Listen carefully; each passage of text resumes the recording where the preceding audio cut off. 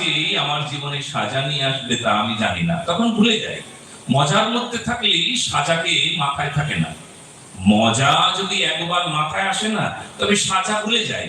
সামনে কিন্তু সাজা, সামনে কিন্তু তার ফল। তুমি যে খারাপ কাজটা করছো তার ফলটা সামনে, কিন্তু এখন মজায় ভুলে যাই আমরা সামনে যে সাজা, সামনে যে শাস্তি, সামনে এর ফল আছে। তুমি মোবাইলে আসক্ত হয়েছো, তার ফল তুমি পাবে না। তুমি পড়াশোনার দিকে ধ্যান যতটা আছে ততটা ধ্যান, তার চাইতে অনেক বেশি ধ্যান মোবাইলে, গেমে, আরো কত কিছুতে। ওরে বাপ রে বাপ, শেষ করে দিল যুব সম্প্রদায়ের মেরুদণ্ড, শেষ ছোট ছোট বাচ্চাদের শেষ করে দিল। আমরা কিছুক্ষণ আগে শুনছিলাম না যে তার পশ্চাতে বাবা মার একটা যে শিক্ষা, সেই শিক্ষাটার বড় প্রয়োজন। এই জন্য আমি গার্জিয়ানদেরও ডেকেছিলাম। সব গার্জিয়ানরা যেন আসে, নিজের ছেলে মেয়েদের কথা বলে। গার্জিয়ানরা যেন নিজেরা বুঝতে পারে যে কি বলতে চাইছেন মহারাজজি, কি করতে চাইছেন, ছাত্রদেরকে কোন পথে নিয়ে যাওয়ার জন্য চেষ্টা করছেন। কারণ এই ছাত্রই আগামীর ভবিষ্যৎ। তোমরা সমাজের দায়িত্ব ধরবে, দেশের দায়িত্ব ধরবে, রাষ্ট্রের দায়িত্ব ধরবে। তোমরাই কেউ শিক্ষক হবে, কেউ ডাক্তার হবে, কিন্তু তার জন্য তোমাদেরকে তৈরি হতে হবে না? তোমাদেরকে তৈরি করবার জন্য চেষ্টা। এই যে এই এত বড় একটা আয়োজন, এই যে ছাত্র শিবিরের আয়োজন, তার পেছনে কারণ কি? একটা ছাত্রের চরিত্র গঠনের জন্য চেষ্টা করতে হবে। কি করে তার চরিত্র গঠন হবে, কি করে নির্মল হবে মানুষের মন, এই জন্য সদা সর্বদা প্রস্তুতি, সবসময় তৈরি থাকবে। মা কিছু বললো, বাবা কিছু বললো, যদি মন্দটাও বলে, সেই মন্দ বলবার সঙ্গে সঙ্গে তুমি সেই মন্দের সঙ্গে মিশে যেতে পারো না। তোমাকে ভালো বলেছে, সেই ভালোর দিকে ধ্যান দেওয়া উচিত তোমার। তার জন্য তোমাকে এখন থেকে তৈরি হতে হবে। বাবা মাকে তৈরি করবে তুমি, এটা এখন পারবে না। পারবে? বাবা মাকে তুমি তৈরি করতে পারবে না। বাবা মা তোমার পূজনীয়, শ্রদ্ধেয়।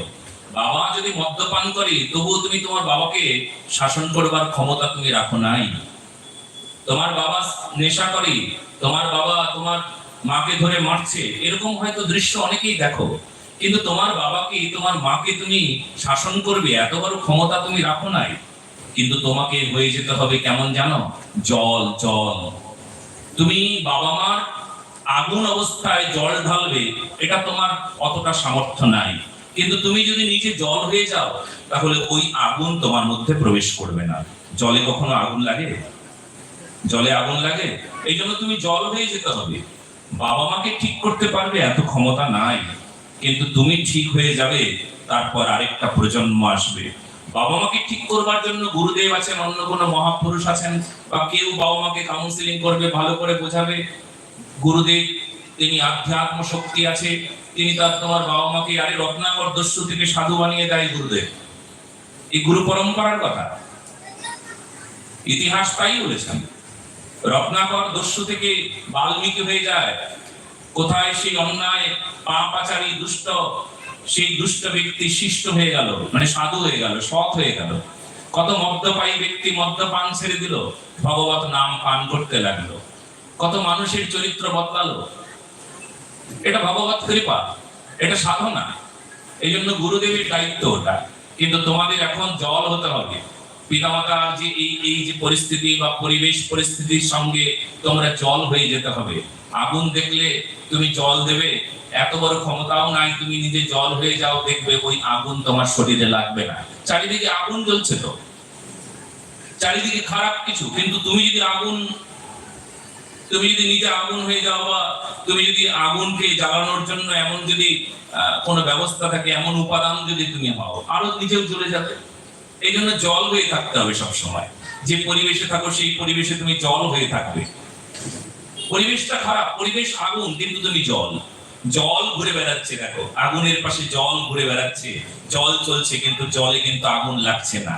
লাগছে জলে আগুন, তো তোমাকে জল হয়ে চলতে হবে।